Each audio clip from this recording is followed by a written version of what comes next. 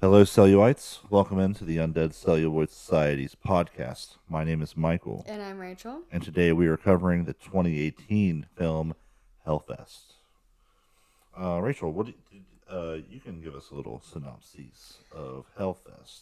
So basically, main character Natalie has come in to visit her best friend Brooke, and Brooke's roommate Taylor, who they don't really get along. Natalie, no, her name's Taylor. Are you sure? Yes, I just had it up. Yeah, Taylor. Natalie and Taylor don't really get along. Taylor's dating Asher, Brooke's dating Quinn, and they're all going to this traveling horror theme park called Hellfest, and they're gonna meet up with their friend Gavin, who Natalie has met before, and they like each other, so they're trying to do a little matchmaking thing there. So they go there, they get VIP bracelets from Gavin, and they're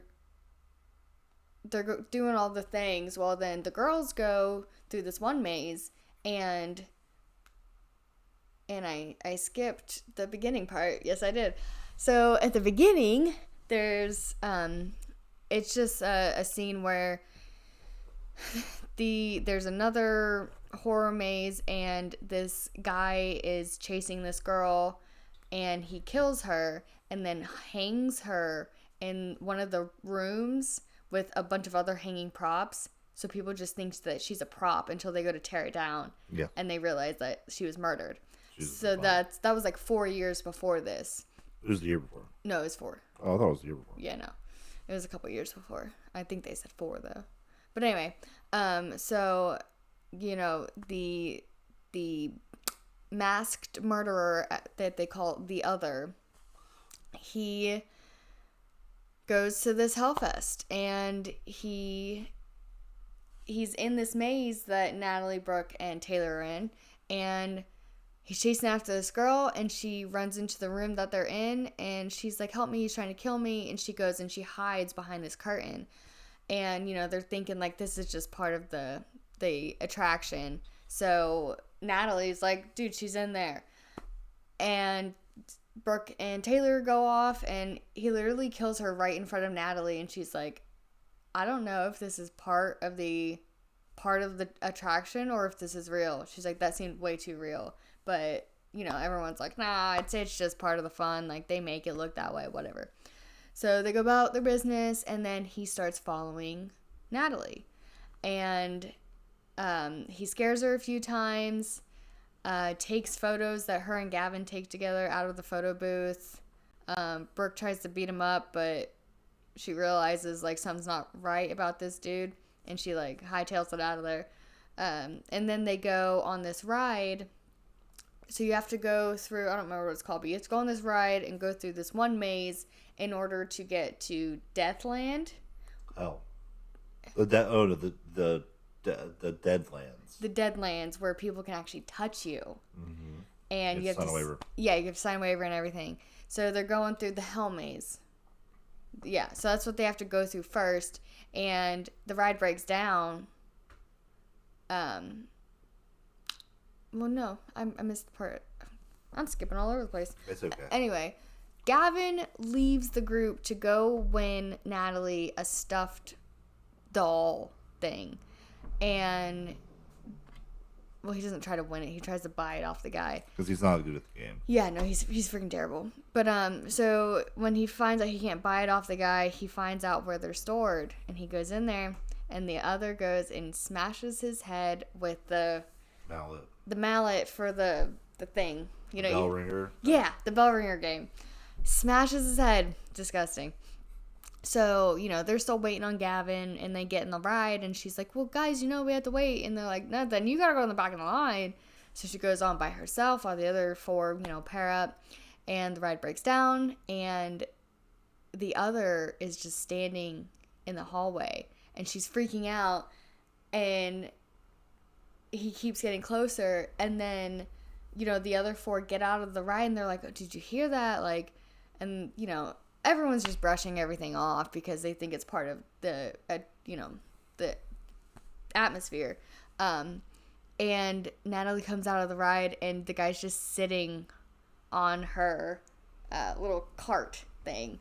And that's when they find out that there's like 10 other people dressed up the exact same way that the other is, with the exact same mask. It's the theme for that. Yeah. So it's the theme. And so that creates a bit of an issue. And then, what happens after that? Is that when... Oh, so then they have to pick which maze they're going to go into. So Quinn and Asher go into one, and then the girls go into another. And you think that the other is going to go after the girls, but he doesn't. He goes after the guys. And then he kills Asher by stabbing him in the eye with a freaking needle. And you know, Rachel really liked it. Oh, and it was like a close-up shot, like right there. It was... He jams that thing in there. Oh my gosh, yeah, he does. I just... Because, like, I think about, like, there's a surgery where they stick a needle through your cornea. It's horrible. And I've seen it done. And why? I don't know. I think somebody was like... It was either in a movie I watched or somebody was showing me a video of the procedure or something. And I'm like... I didn't like it. I didn't like it at all. Something about the eye just, like, freaks me out. Like, needles going to your eye. Understandable. Oh, and I've also seen my grandpa, but they didn't stick it through his eye. They stuck it, like... Oh. Yeah. I watched that one. That was fun. But anyway, so, yeah, jams a freaking needle right through his eye. And then... So he dies. Nobody knows, though. So, well... And nobody's, like, super concerned that, one, Gavin hasn't showed up within, like, an hour. It's been, like, an hour at least at this point. And then Asher's just missing. So his girlfriend, you know, being all worried about him and stuff, goes and volunteers to be publicly decapitated on this show that they have. Hosted by Tony Todd. Who is the Candyman. Yes, he is. So... beautiful glory. Actually, his costume and stuff, like, he looked really good. His voice is just like milk chocolate too. It really is. Like, and he makes that scary voice, like... Yeah, it's awesome. Yeah. It sounds so good. It does. So, you know, they do the whole skit, Taylor's head gets chopped off, but really it's not her head, and Natalie's freaking out because she knows that the executioner is the other. She knows. And she's... So... You can always tell by the boots. You can always tell by the boots, yeah, because he wears steel-toed boots. Mm-hmm. And so, you know, she's strapped down to this thing, and everyone just, like, leaves, and like, oh, hey, you got this? He's like... So, he unstraps her, basically, like, picks her up and pushes her forward, so her head is, like, trapped in the guillotine. Mm-hmm. And straps her down, and he pulls the lever, and the blade comes down and just, like, barely nicks her neck. Which makes sense, because it wouldn't be razor sharp. Why would it be razor sharp? Right, yeah. It's a prop. Yeah, that's true. But he did, like, feel it, and it made that sound. He does that afterwards, because he pulls it, and it hits her neck, and it just stops there, and he even kind of goes... And then picks it up and feels the blade. Yeah. It still sounded like it was kind of sharp, though, because he does, like, crank it back and try to go at it again. Yeah, well, that was his goal. He was going to keep doing it until it chopped her head off. Oh, that makes sense, yeah.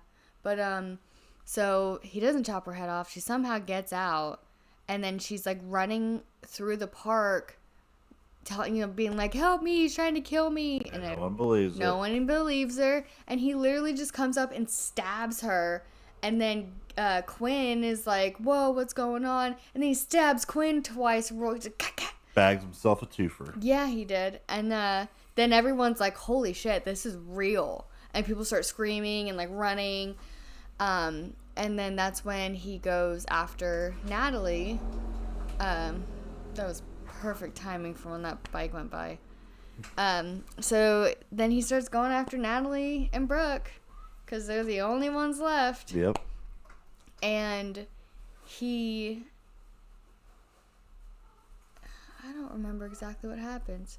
Oh, they never. So they go into the maze, right? Mm-hmm. And he almost kills Brooke, and Natalie just like come. It's like this hallway where these like doors keep opening, you know, and Natalie just like comes out of this door and stabs him, and then they get away, and then the cops come, and they never find him. He disappears. He He disappears. ends up going home to his daughter. Yes, like he puts his mask away. He puts the photos of them away, closes it He's got a up. trophy room. Yeah, and then he walks in and there's this little girl sleeping on the couch, and she wakes up and she's like, and you think like, oh, is he killing someone else? But then she goes, Daddy. He also gives her the stuffed animal that Gavin got for Brooke. No, that was. You mean Quinn got for Brooke? No. Get the one that Gavin wants to win for. What's the But name? one girl's of name? them already Melanie? had it. What's Natalie. Her name? Natalie. That's her name. Yeah, the one that he is going to give to her, he takes and gives to his daughter. That's the same one he was trying to win. Was it? Mm-hmm. But one of them did have it. Yeah, one of them had one. Oh, but okay.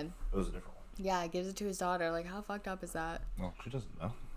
Yeah, no, but like, could you imagine No, I don't like, kill people. growing up and your father's like a mass murderer?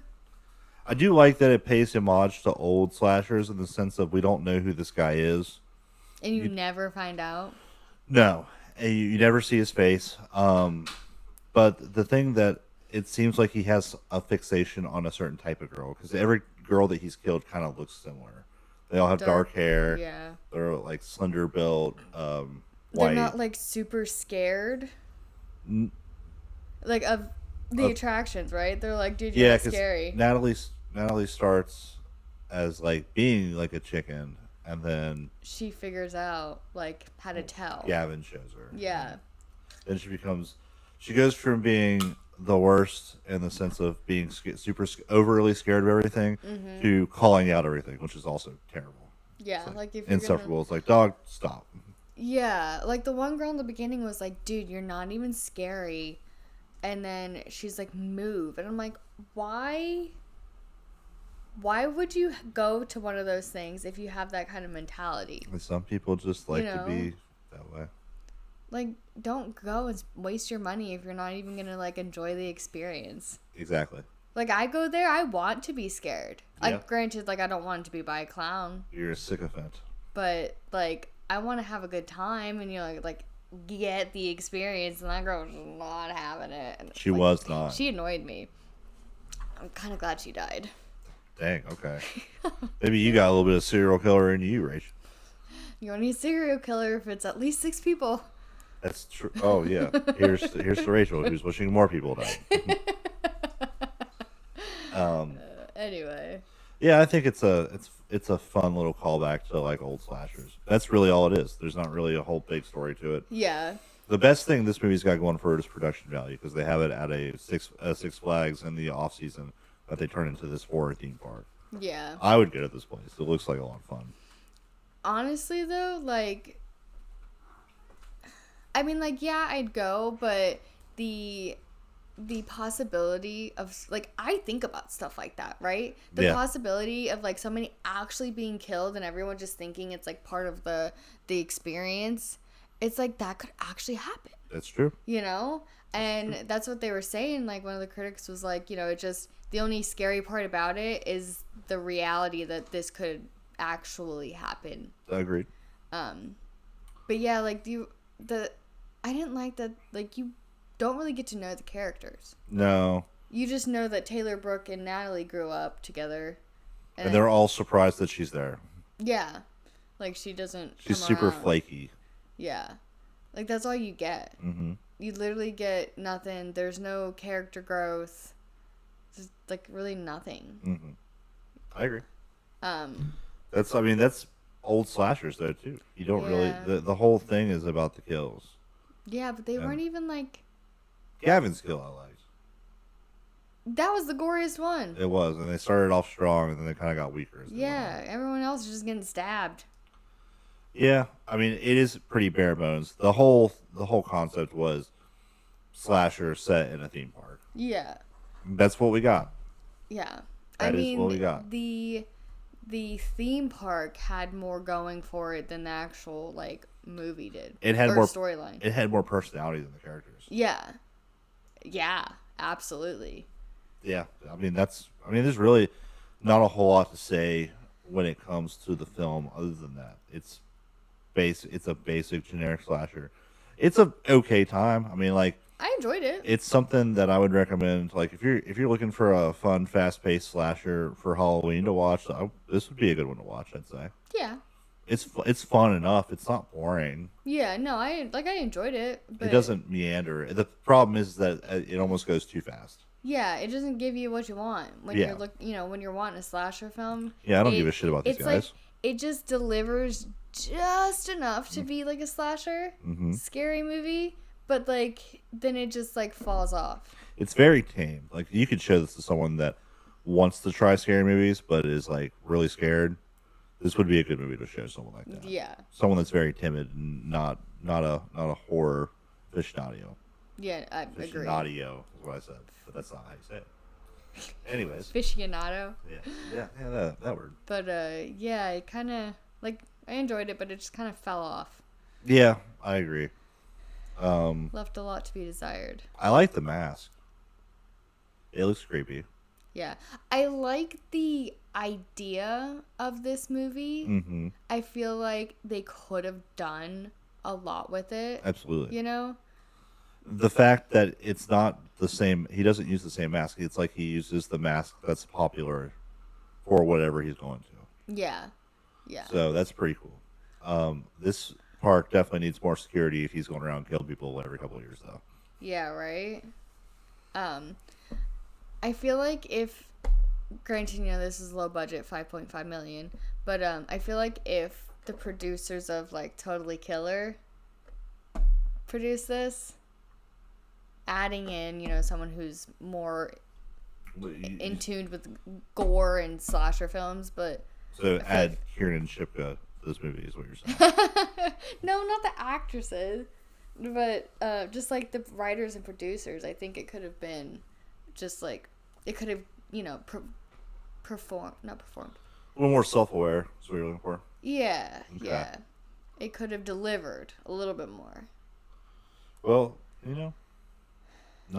can't all be 10s. They cannot all be 10s. But yeah, that's really all I gotta say about Hellfest. We can start rating it now if you're ready. I think I'm ready. Okay, so the production's an A+. Cast is kind of weak. Story's kind of weak. Concept of the killer is cool, but in execution, it's all okay. Mm-hmm.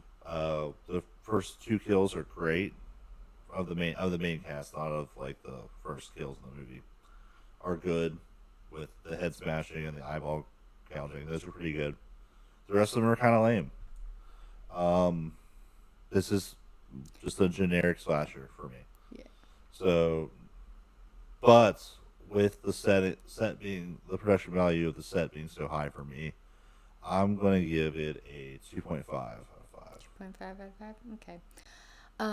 Agree, the set was really cool. The idea was really cool.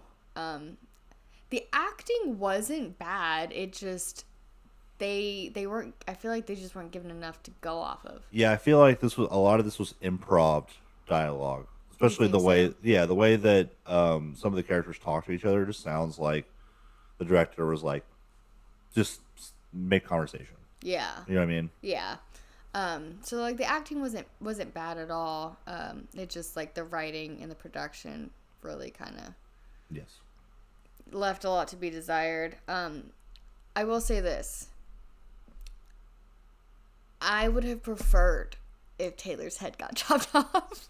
That would have made it better. Yeah, I feel like it would have because It would have been more brutal. you kind of like there's that that element of wanting her to survive it and get away, but also like you gotta give the audience what it wants out of a slasher film, and like just someone's head getting cut off, like Pretty that baller. would have pushed. I think that would have pushed it, like over the edge a little bit more.